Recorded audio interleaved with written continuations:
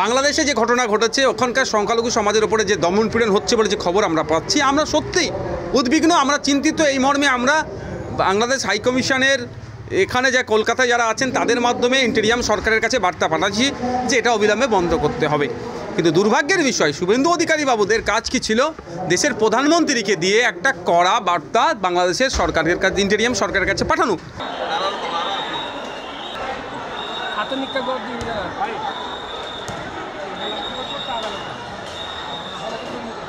যে আমাদের দেশের প্রধানমন্ত্রীর এক ফোনে রাশিয়া ইউক্রেন যুদ্ধ বন্ধ হয়ে যায়, তাহলে ইউনিস সরকারের কাছে গেলে তাহলে বন্ধ হয় না?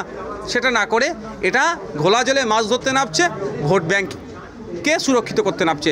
আমি একটা কথা বলবো, শুধু বাংলাদেশ নয়, কদিন আগে দেখুন না উত্তরপ্রদেশে একটা মসজিদের সার্ভের নামে কিভাবে ওখানে গুলি করে মারা হলো, সেখানেও তো সংখ্যালঘু আক্রান্ত হয়েছিল। উত্তরাখণ্ডের সংখ্যালঘুদের ধর্মীয় প্রতিষ্ঠানের কল ফর প্রেয়ারের জন্য ওখানে নাকি প্রশাসনের অনুমতি লাগবে। এটা ভাবতে পেরেছেন কোন জায়গায় আজান দিতে গেলে প্রশাসনের অনুমতি লাগবে?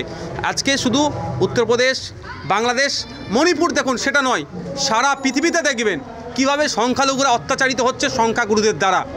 যেখানে কালো চামড়ার মানুষ কম, আমেরিকায় সাদা চামড়া তাদের উপরে আক্রমণ করছে। যেখানে ধর্মগত, জাতিগত, বর্ণগত, সাংস্কৃতিগত, ভাষাগত যারাই সংখ্যালঘু তাদের উপরে এই দমনপীড়ন চলছে, এটাকে বন্ধ হওয়া দরকার। আবারও বলছি, বাংলাদেশ থেকে শুরু করে মণিপুর এবং উত্তরপ্রদেশে যে ঘটনা রিসেন্ট ঘটে যাচ্ছে, এগুলো বন্ধ হওয়া দরকার।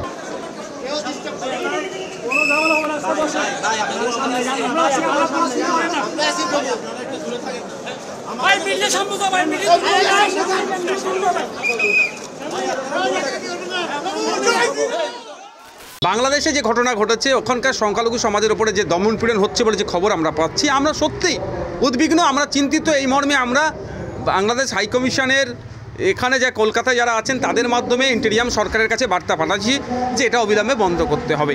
কিন্তু দুর্ভাগ্যের বিষয়, শুভেন্দু অধিকারী বাবুদের কাজ কি ছিল? দেশের প্রধানমন্ত্রীকে দিয়ে একটা কড়া বার্তা বাংলাদেশের সরকারের কাছে, ইন্টেরিয়াম সরকারের কাছে পাঠানো। যে আমাদের দেশের প্রধানমন্ত্রীর এক ফোনে রাশিয়া ইউক্রেন যুদ্ধ বন্ধ হয়ে যায়, তাহলে ইউনিস সরকারের কাছে গেলে তাহলে বন্ধ হয় না? সেটা না করে এটা ঘোলা জলে মাছ ধরতে নামছে, ভোট ব্যাংককে সুরক্ষিত করতে নামছে। আমি একটা কথা বলবো, শুধু বাংলাদেশ নয়, কদিন আগে দেখুন না উত্তরপ্রদেশে একটা মসজিদের সার্ভের নামে কিভাবে ওখানে গুলি করে মারা হলো, সেখানেও তো সংখ্যালঘু আক্রান্ত হয়েছিল।